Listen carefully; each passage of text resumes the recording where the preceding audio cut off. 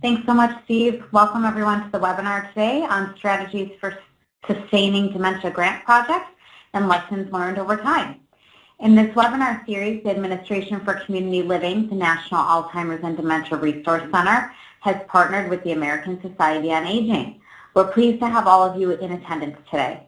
Before we start, Erin Long of the Administration for Community Living will provide everyone with a brief welcome. Erin? Good afternoon or good morning, depending on where you are.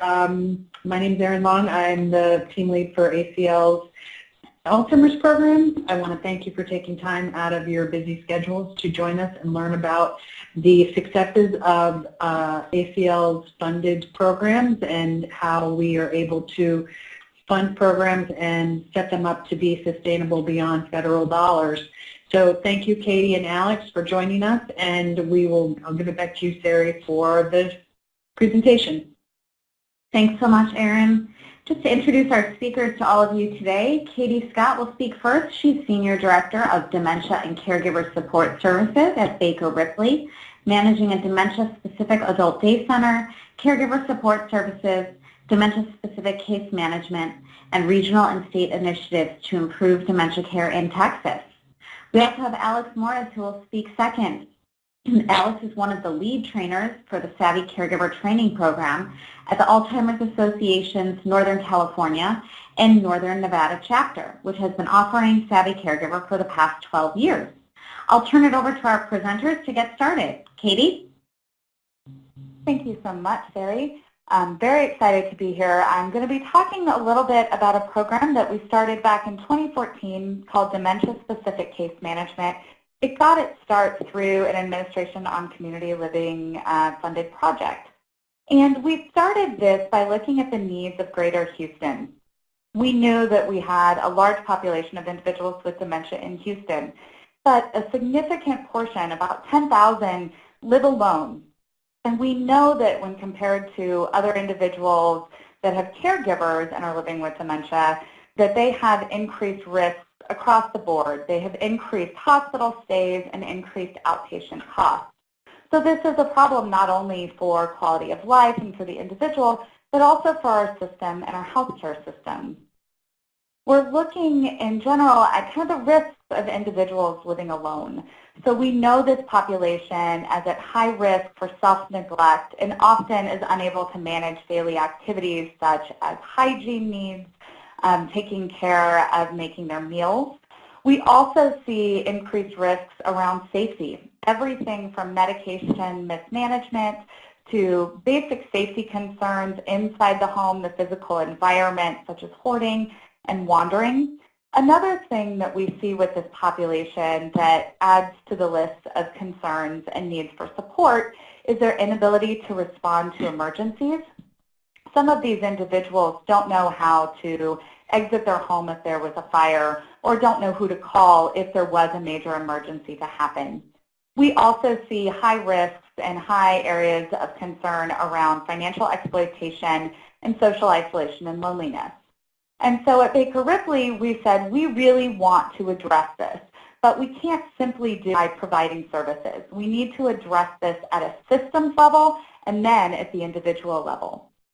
So from a systems level, we work with our network of providers, everyone from your home care agencies to call centers and helplines, case management agencies, and hospital systems, and we wanted to get them up to speed on working with this population. So we provided them with dementia education and awareness. We provided them with tools to identify individuals and families that were at risk. And then we created formal ways to connect with dementia-specific community service providers. And I do want to highlight that as one of the keys to our sustainability of this project past funding from ACL is that we created a system where we took the burden off the individual that was receiving services and put it on the organizations to ensure that these folks get connected. And we do that through what I call direct connect or warm handoff referral. But all of this is well and great unless you don't have direct services to provide them. And so we wanted to make sure that we focused on what we could provide to both individuals with family support as well as those without. So those that do have caregivers, we supported the caregiver through a lot of the traditional programs that you see. We implemented the Benjamin Rose Institute Care Consultation Support Program, which is a telephonic coaching and support work for the family caregiver. We also focus on providing caregiver education seminars and evidence-based classes. Now what we noticed in Houston is that we were lacking in services for individuals with dementia who were living alone. And so we needed to create a comprehensive solution. And so we created our dementia-specific case management program, focused on those that live alone or with insufficient support systems. So there may be a caregiver in the household, but they are physically unable to provide care. And so we think we were pretty successful. The project ended in 2017, and during the course of the 3 years of the project, we were able to train over 800 professionals from 27 agencies on dementia and provided them the tools to identify those individuals and connect them to services. Over the course of the project, partner agencies referred over 750 individuals to dementia-specific community organizations. This resulted in over 1,000 caregivers receiving care consultation and accessing education programs. What it also did, the numbers are not quite as large, is it did give us the opportunity to show some success for this brand new management program. We served over 77 individuals who lived alone or with or at risk of dementia with over 2,500 hours of case management.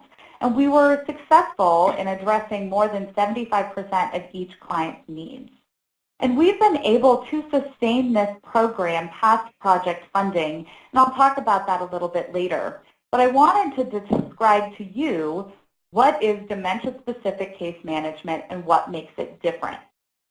So our dementia case model is based on a lot of the concepts that regular dementia care is based on, providing person-centered care through community solutions, really ensuring that the individual remains safe, remains well, and can maximize their independence.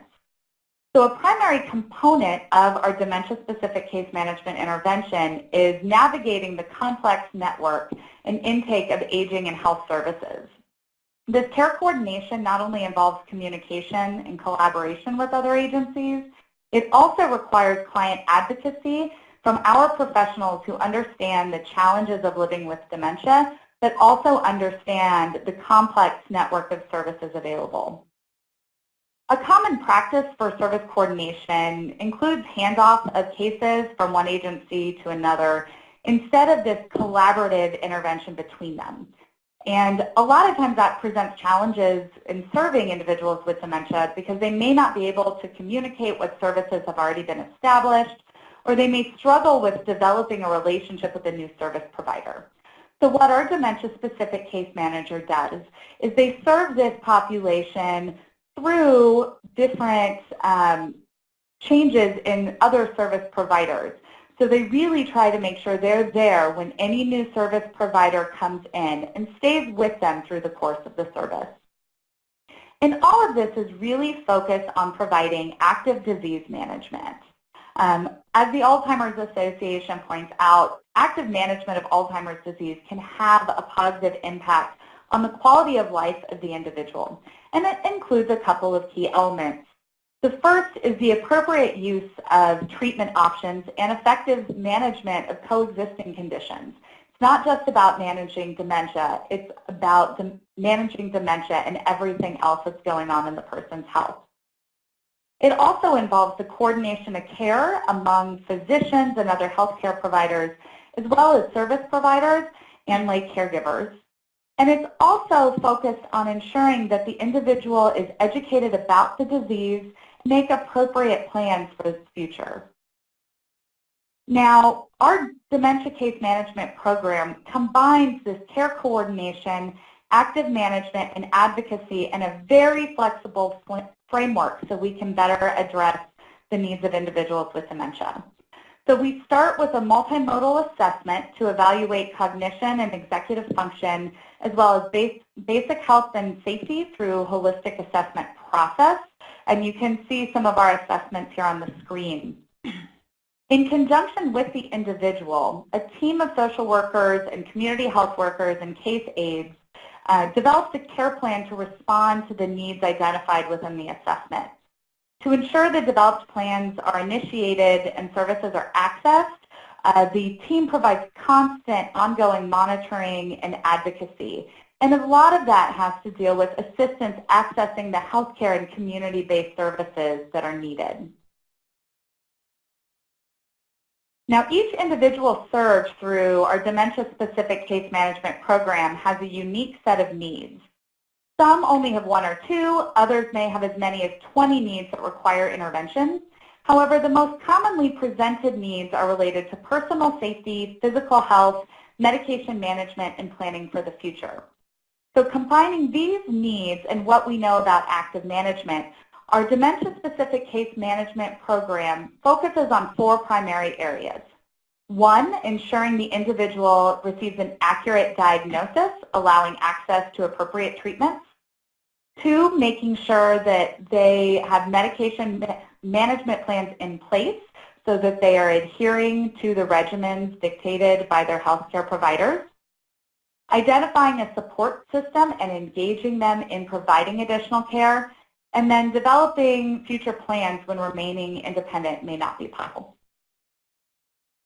So our team uses a variety of methods to address these needs, from the installation of home safety equipment to recruiting family members and friends to provide additional care and support. The goal is to implement interventions that allow the individual to maintain as much independence as safely possible. So for example, if a client has been identified as needing additional support developing future plans and managing daily tasks, we aim to find family or friends that can provide assistance before pursuing any legal actions such as court-appointed guardianship. Through these and similar interventions, our team is able to meet the majority of the needs of the individuals they serve. This intensive intervention and monitoring can often require service delivery lasting as long as 2.5 years. Additionally, our team spends on average 35 hours per client per year, which is about 4 times greater than the time spent with our general geriatric case management clients. Now, the key to this entire program and its sustainability centers on our pathways to service. We do have a few individuals that self-refer. They call, they say they need some other basic need, and we discover they might have some cognitive impairment issues. However, the main way people get access to our services is through partnerships. These partnerships are with community-based organizations like those we partnered with in our original grant project, through health plans, and through hospitals. And these partnerships are beneficial not only programmatically, but also for funding. We have a relatively small program output. We don't serve that many individuals per year, but we know what we are providing is an intensive intervention that's really improving their outcomes. And so when we go in to write for grants or write for funding, we're able to say that we are the expert, and then all of these partners then can refer to us and we can fill the need for them. And it's been really helpful when we've been trying to obtain support. So our partnerships that are listed here are based on that warm handoff direct connect referral. And our partners really enjoy working with us because it helps in a lot of ways for them. One, it takes the burden off the individual client that they're trying to refer. It's always interesting to me that we'll give someone that we suspect has cognitive impairment or memory issues a phone number to call. And so that doesn't happen anymore. The organizations can connect to one another to ensure this person gets that access. On the flip side, having this direct referral takes a bit of the burden off the referring party. They know that they can go to BakerRipley, and then we will make sure they're triaged and get their needs met. Also, this referral can be seen as an action item for the referring party. For example, our health plan case managers will often mark this as an action item in their care plan. so they can check the box that they have done something to improve access or help address a need. And then finally, this direct connect referral is essentially provides a level of follow-up that's not otherwise possible. We are able to connect and really provide some wraparound services. Because we know who referred, we can go back to that person and get more information. Maybe it's a medical provider, so we can get more information about the medications, and we can ensure when we're in the home, the person is taking them. And so we work with each partner to develop a system that works for them based on two main elements. So the first element, we provide technical assistance to help them figure out how they identify people that would be appropriate for referrals. So we provide these individuals with sample trigger questions, a potential checklist of observations, as well as formal screening tools. Some of our partners adopt them, some of them don't. But we work with them to make it flexible. For element two, we try to help them operationalize this warm handoff system. So the first way we do this is we create a direct email system. So you can see on the screen, we make it simple, dementia@BakerRipley.org. And then the organization can go from there. They can simply write an email to us and put information in that they would like, or they can follow a template that we provide to them. Clearly for us, the more information you provide us, the better we can serve them and the better we can respond. However, there might be restrictions around that. And then we work with our partners to ensure they embed it into the system. So for example, one of our health plan partners have actually added this direct referral system into their electronic health record system so that it's an automatic trigger and automatically populates. Now all of this makes it easy to access. We're very flexible. But the other main key to success, is the formal partnership. Now, one of the advice, a piece of advice I got a long time ago was, if it's not written down, it never happened. And so I strongly encourage everyone to have written agreements, either in the way of memorandums of understanding or contracts with any partners that you have, because it's something you can reference when you see changes or trends, say, in referrals or service access. Part of this written agreement should also include data sharing agreements. This provides the legal backing for why you're able to share this information across agencies.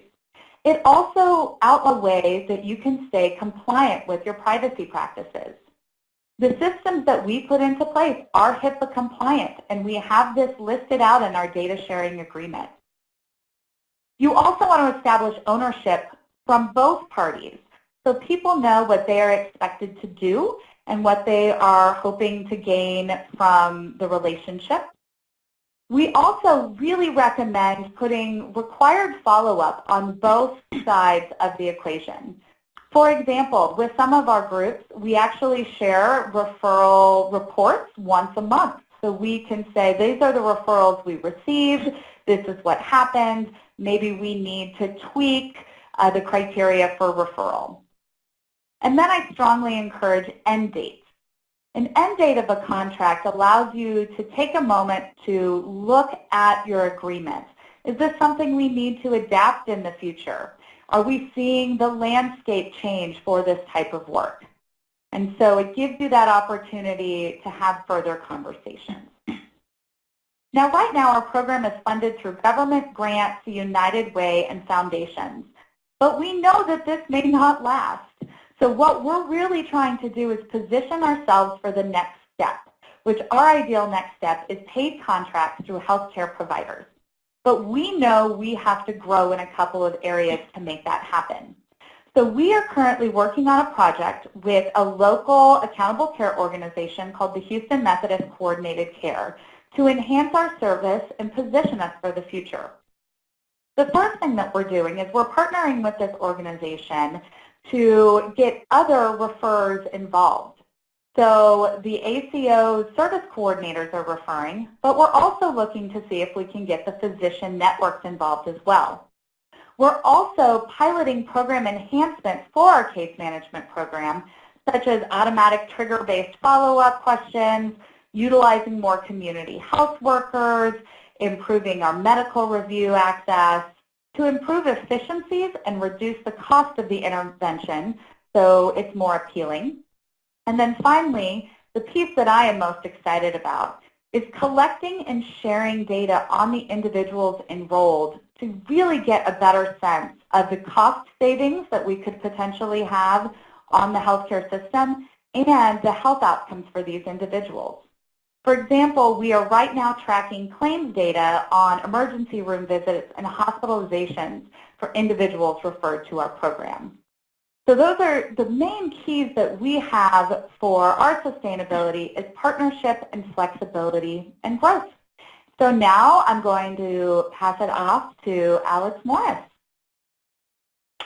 Thank you, Katie. I appreciate that. I'm pleased to have this opportunity to share this project. This presentation will cover the Alzheimer's Association Northern California and Northern Nevada's relationship with the Savvy Caregiver Training Program and go into some detail on the Savvy Caregiver Training Program itself. I'm one of several lead Savvy Caregiver trainers in Northern California and Northern Nevada, and I have been involved in this project since the inception in 2008. So in 2008, the California Department on Aging was awarded a dementia grant from the Administration on Aging to implement Savvy Caregiver. The Northern California Northern Nevada chapter of the Alzheimer's Association served as a partner organization and began adopting Savvy Caregiver at that time. Our chapter wanted an evidence-based program for families because evidence-based programs are impactful for families, and many funding streams, grants, and private donors are requiring at least one program be evidence-based or evidence-informed.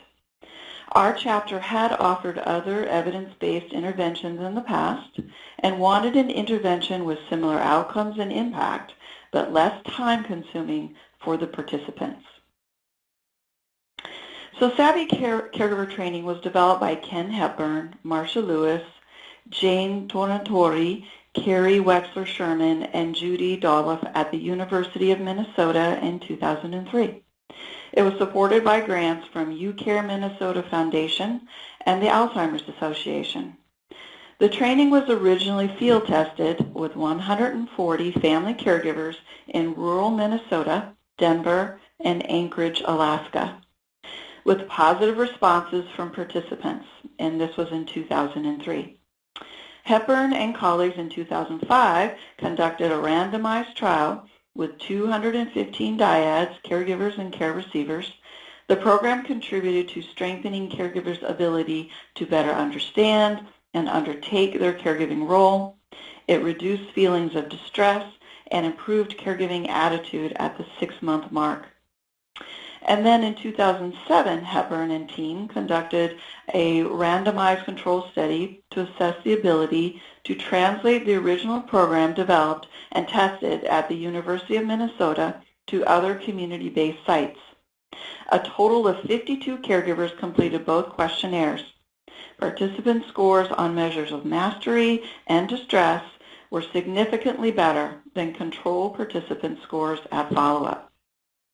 Savvy is a 6-week, 12-hour, evidence-based program for family caregivers. The program emphasizes a strengths-based approach that looks at the person's remaining abilities and tailoring activities to provide a contented and involved state and to improve quality of life.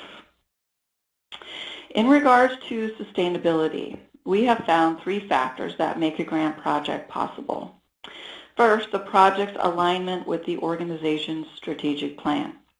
In 2008, our chapter was looking for an impactful evidence-based program to serve hands-on caregivers of someone living with dementia. As I said, we had tried other programs that focused on individual interventions, and now we wanted a program where we could provide group instruction and support, thereby serving more families. The group instruction was also beneficial as caregivers benefited from peer validation, support, and encouragement in the classroom setting. Second, the partner organization's ability to sustain their elements of the project. Our partners have changed over the years. We have partnered with organizations that could provide space to hold the class and assist us with marketing the program. As these agencies experienced changes in funding streams, reevaluated their priorities, and updated their strategic plans, some agencies that once hosted Savvy Caregiver classes became unavailable. Finding and engaging with community partners is an ongoing process. And third, other funding sources, which we'll talk about on this slide. So the project has been sustained for the past 11 years through the National Family Caregiver Support Program funds, a sliding scale funding model based on ability to pay for participants, and in a few cases, a fund set up by past attendees. These attendees felt that the Savvy course was so beneficial, they wanted to assist the program by funding a class or by providing a lump sum to hold several classes. Screening is done for all of our Savvy classes. It is conducted to be sure that the participant is appropriate for the Savvy class to maintain the integrity and efficacy of the learning experience for the individual and for the entire class. Savvy is an evidence-based family-specific program. Professionals are provided with many other options to obtain the dementia training that they desire. Generally, we do not accept family participants if they don't have a dementia diagnosis. We have found the best way to serve these families is to provide them with education regarding a proper diagnosis and resources on where to obtain the diagnostic workup. We also provide coaching on how to facilitate participation in the diagnostic process if that is a need. However, we have made exceptions for families in some situations.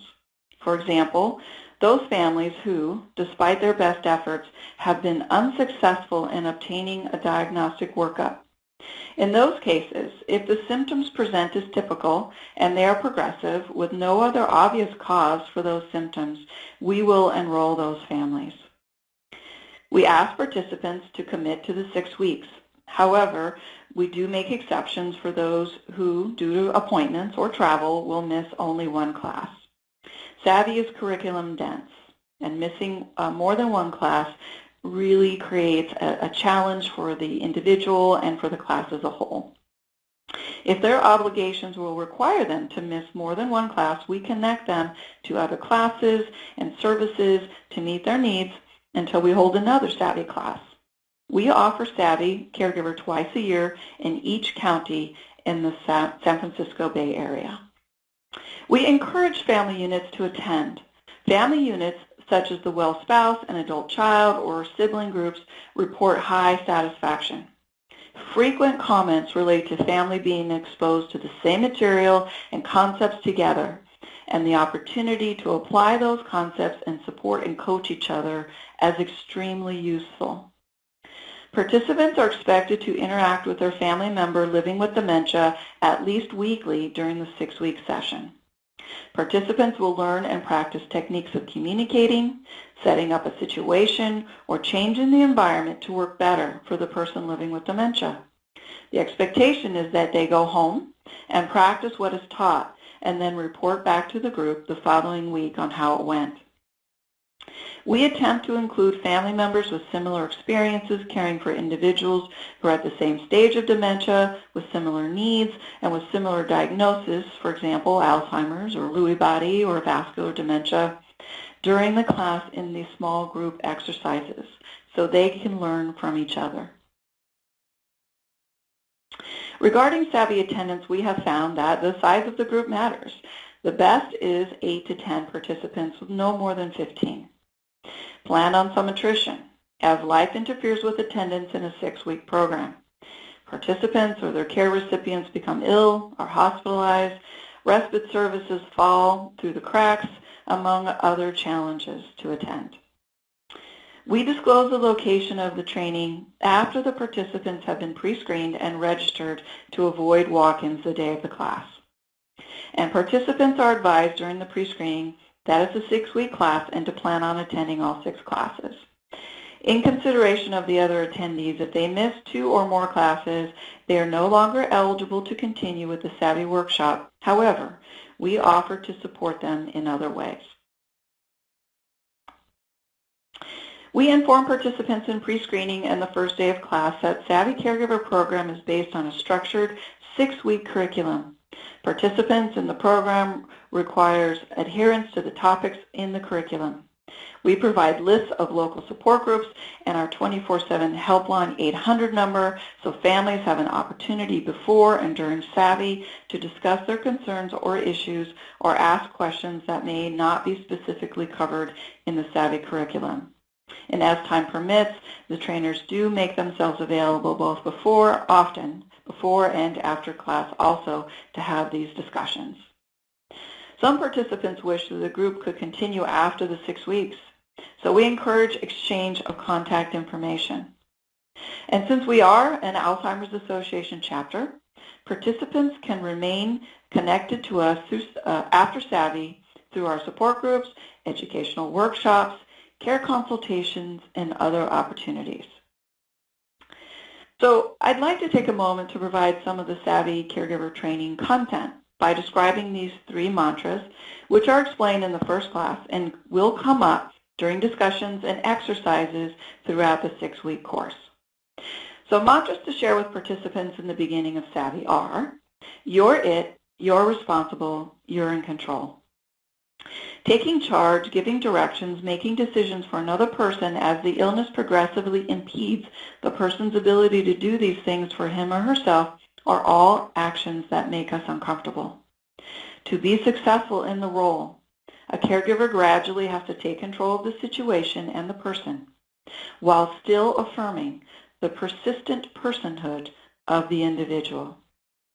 Don't just do something, stand there. All behavior has meaning.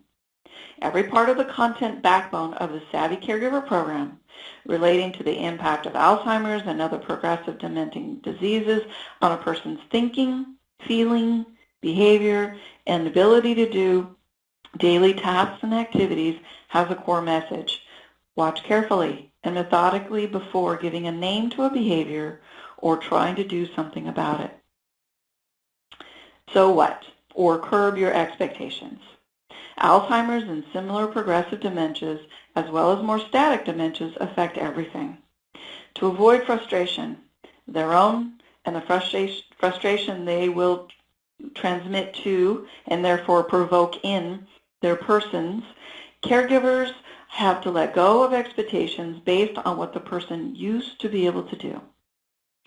I hope this provides some context and insight as to the content and the spirit of the Savvy Caregiver course. So, Savvy homework. There is an expectation that participants will do the reading and interactive exercises every week. There is significant reading requested, and reading is at the 7th grade level. We get consistent positive feedback regarding the Savvy Caregiver Manual that caregivers are provided.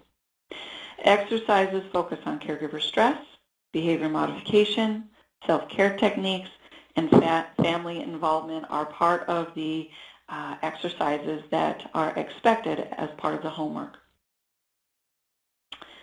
So, oops, did I skip one? Let's go on. Let's go back. Okay, Savvy Trainer requirements. So Savvy trainers are often professionals with a clinical background who understand how to think about a person's life in a larger framework and to promote as many good days as possible. The trainer's manual is substantial. Trainers spend significant time up front learning the curriculum. In addition to absorbing the manual, trainers are required to observe experienced trainers deliver the class, then deliver the class with an experienced trainer, and we have offered Train the Trainer 2-day workshops for different chapters over time. Okay, so modifications to Savvy content and delivery to meet different populations' needs. Our chapter serves a very diverse community. Therefore, we translated and modified Savvy into Spanish and Chinese, delivered in both Mandarin and Cantonese. We use Title IIIe and matching funding to cover the costs of these translations. For English speakers, while it is our preference to offer the evidence-based 6-week version, we have found in order to meet different populations' needs, we needed to make some modifications. In some cases, families do not appreciate the benefits of Savvy before they take the class and are unable or unwilling to make the 6-week commitment. Finding someone to care for their loved one while they attend Savvy has also been an issue. We connect families with respite resources, and when financing is an issue, we have a respite grant. The respite grant is a separate program at our chapter which we use to help families who cannot afford respite to attend classes, support groups, run errands, attend to their own health needs, or just rest. We offer a 3-classes version, which is 6 hours. Content was modified with Ken Hepburn and his team's assistance. For rural areas, we offer a 1-day, 6-hour version of Savvy. Advanced Savvy is a program we offer in some of our offices for graduates of the original Savvy course. It is typically a 1-day workshop, about 3 hours. We use the same tools provided in Savvy and spend more time role-playing and brainstorming specific issues. Savvy follow-up is similar. Some offices offer a Savvy follow-up 1-day workshop, 3 to 4 hours, for those who have graduated from Savvy in the prior year. Many of the participants took the Savvy class together and appreciate the support and camaraderie of once again meeting and learning with the same people who understand their caregiving situation. The creators of Savvy have launched a Tele-Savvy research project to assist with rural and other populations that cannot attend in-person classes. So referral sources. Families are referred to our Savvy classes through these resources: our helpline, the 24/7 800 number for families and professionals, and our website, support groups, education, other programs we offer or participate in, such as community forums and health fairs, our walk to end Alzheimer's, our partners, including social workers at community-based organizations, clinics, and hospitals, and flyers posted at local CBOs and senior centers. So benefits. So Savvy has many components that make it impactful for family caregivers. There's opportunities to practice new skills in communication and behavior modification. It offers a decision-making tool. It offers a model to assess caregiver stress and burden and techniques to manage them. Provides tools to include other family who are not involved or could be involved more. Savvy Caregiver is a diverse program that is culturally competent for many races and ethnicities and various types of caregivers, including spouses and adult children.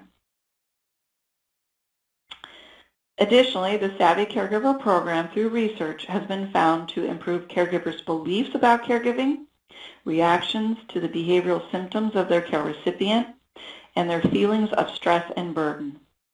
Savvy Caregiver Training is one of the highest rated programs that we offer at our chapter. So, lessons learned. As I said, it's difficult for caregivers to attend a 6-week session. Caregivers are busy, caregivers are overwhelmed, and initially do not recognize the benefits before they take the class. We only accept family caregivers or longtime close family friends.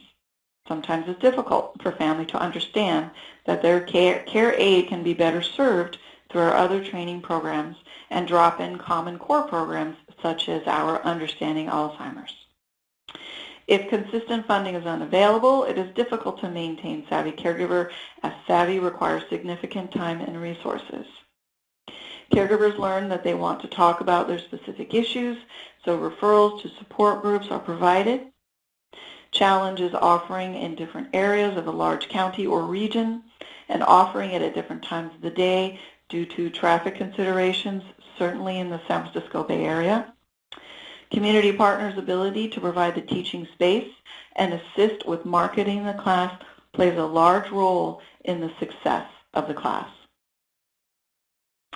So I thank you for your interest in the Savvy Caregiver Training Project through the Alzheimer's Association, Northern California and Northern Nevada. Thank you. Thank you, Alex. Thank you, Katie, for your presentations. Lots of great information has been shared, and we do have some questions coming in through the question and answer pod on the webinar platform. I encourage participants to continue entering questions there as we get started. The first question that came in, Katie, it came in for you to ask you a little bit more about BRI care consultation and the various components, how it works when you're providing it to caregivers. Okay. Or when you're providing to others. Right. Go ahead.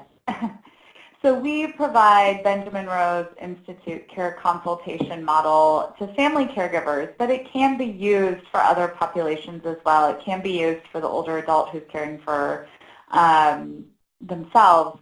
Now, what we do is when an individual calls or we get a referral for someone, we kind of do a basic triage to see, you know, what their needs are. Are they someone that needs a little bit simpler of a consultation? Maybe they just need a few resources and then they're set on their way to go. But if we gather, we have licensed social workers that facilitate this project. We try to enroll them formally in this BRI process, and we really love this consultation model because it is very flexible, it is trigger-based, it's based on a software platform, and it's really based on the caregiver's needs. We start asking questions, we can indicate triggers, and then from there we can build action items and we can action plan with the caregiver, and we coach them through what are your next steps. And it's really been quite a beneficial program for us. On average to this day, we have about 300 to 400 individuals that actually go through some level of consultation, many of which actually are enrolled in the BRI program. Great, thank you. Can both of you talk about any work you've done with these programs to partner with health plans, if at all, or if that's in the works in the future? Well, I would be happy to start. So very excited. We've had the opportunity in Texas to work on a larger initiative called Texas Takes on Dementia, where we offered this program to 3 health plans that served the Medicare and Medicaid population. And we just kind of closed this project last month. And in the same way that our other project was, there wasn't as high of a utilization of case management that we thought we would. But really one of the benefits that we had working with them is we were really able to provide this level of wraparound service. In terms of a case management example, we had an individual that the health plan representative could not get a hold of, contacted us. Our case management team worked kind of a different pathway through a friend, was able to gain access, was able to get this person into the physician for a diagnosis, and then communicated back with the health plan so that this person got upgraded in service level. And so again, it's about the intensity of the service that we provide, and they've been very happy with having a resource that's there for the dementia-specific side of things. And yeah, I'd like to comment on that too. So the Alzheimer's Association, a big part of our current strategic plan is to engage health systems. So we have, in the past, certainly have had a very good relationship in terms of hosting the Savvy Caregiver Program with Kaiser and Palo Alto Medical Foundation, and we welcome other partnerships with healthcare systems. Also, for many years, we've offered a direct connect system with healthcare plans that are interested in working with us to proactively, as Katie said, proactively get information, HIPAA compliant, permission to reach out to families proactively, and through that proactive outreach at diagnosis or whenever dementia seems to be a player. Savvy classes is certainly one of the classes one of the many services that we offer to families. Great, thank you. Alex, can you talk a little bit about what the connection to respite care looks like for your program? Sure. So as you might imagine, some of our folks have a very difficult time getting out of the house, feeling comfortable leaving their person, and appropriately so. So if that is a need, and we do explore that during the screening sometimes turns out to be a full-blown, what we call care consultation. It's really care planning. Sometimes it's very brief, it's just information referral, and sometimes it's a lengthy conversation. And one of those things we talk about is there adequate support? Are you getting sufficient respite? Is there respite set into place so you can indeed attend this program? And if there seems to be any lacking in that area, then especially financial, and respite services are very expensive. We have for, 18, 19, maybe 20 years now, we got an endowment to provide short-term respite. It's very short-term. It's just an opportunity to give a worn-out caregiver a break, to attend classes, to rest, to attend to their own health needs. So it's a one-time grant through this endowment that we can provide so families can attend those services and take care of themselves. Great, thank you. Katie, can you talk about whether dementia-specific case management can be billed to Medicaid in Texas, and if so, how you may have taken advantage of that at this time? It currently is not being billed to Medicaid, and one of the things the reason why it has not is we haven't been able to develop that financial model and that financial case that I alluded to. Because this is outside of the medical system, we have not been able to do this. However, I can, and Alex might be able to elaborate, other states, particularly in California, where there are mandates within contracts for funding about dementia care, they've made some progress on being able to include it in part of the work that they're doing on the Medicaid side. But ideally, that is where we hope to go, but we are not there yet. Great, thank you. Alex, do you have any comments about that before I go to the next question? Well, for California, I do know that Medi-Cal, that's what we call it here, Medicaid, does provide respite services. They have contracts with many of the adult day health programs, certainly in the San Francisco Bay Area. Those are the ones I'm familiar with. So, yeah, there is support through Medi-Cal, Medicaid in terms of getting adequate respite, adequate being a, subjective word. Okay, great, thank you. Can you talk a little bit about how you assess caregivers, Alex, when you're screening for Savvy Caregiver? Can you talk a little bit more about that pre-screening process? Sure. So we want to get Savvy as a hands-on caregiver class. They are expected to go home during those 6 weeks and interact in person with their family member, to practice the skills that we are teaching them. So Savvy is not appropriate for long-distance caregivers or paraprofessionals, care aides, or if circumstances prevent them from interacting with their family member during the duration of the Savvy classes. So if, for some reason, if an individual isn't appropriate for the hands-on class, we have lots of other classes, support groups, care consultations, other ways to wrap around folks. So whether they aren't appropriate from the get-go, or if they have to drop out for some reason, that doesn't mean that they're just left adrift. those calls turn into care consultations, whether that's in person or over the phone, depending on location. We have 12 offices throughout Northern California and Northern Nevada, so a lot of people live close to one of our offices. But if it's over the phone, that's fine too. And we set up a system where we follow up with folks over time if they desire that kind of connection. So, for example, if something's in the works, yes, I'm working on getting mom into an adult day program. These are the barriers.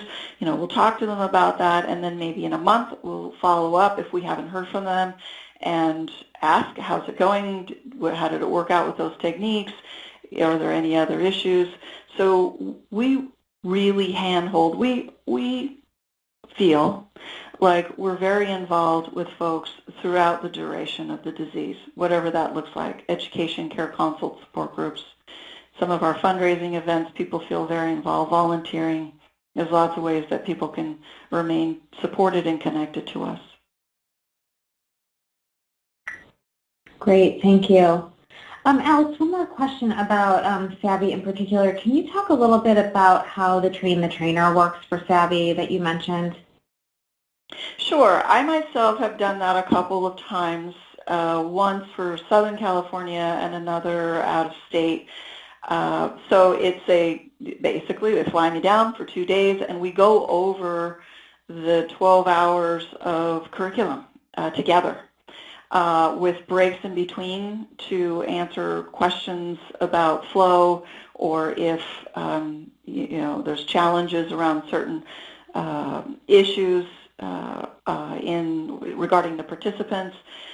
So we cover everything. Everybody goes through exactly what we do in the 12-hour curriculum during those Train the Trainers.